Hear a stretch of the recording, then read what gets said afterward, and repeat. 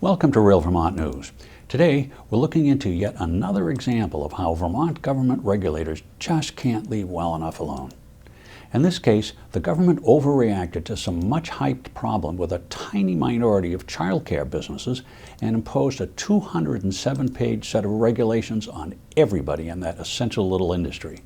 In fact, these regulations made it so difficult for so many of our neighbors to run these handy little home-based childcare operations that they called it quits. Here's Mike Bielawski to tell us how the state managed to create this problem for parents. Thanks, Bob. The new rules resulted in more than 200 home-based childcare programs closing since 2015. That's a net loss of childcare services for 1,700 kids, a 25% reduction in capacity. Parents are really stressed out now because there are only enough regulated childcare programs for about half the kids who are likely to need care when their parents are working. One provider called the demanding new regulations, quote, very nitpicky, and she pointed out that they include telling providers what kind of diaper pail to use, or that any hand-washed dishes must be bleached for at least 10 seconds after washing. That woman is now a former home-based childcare provider.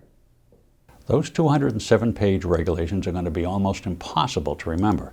It's the perfect, again, being the enemy of the good enough. But that's how government always covers its backside when it makes up regulations. The state makes childcare a tough business in other ways too. Free pre-K programs for 3 to 5-year-old kids compete with private daycare, and those older kids are easier and more profitable to take care of than babies. And now the Democrats are trying to raise the minimum wage to $15 an hour, which is going to get passed right along in higher costs for parents who can't afford what they are paying now.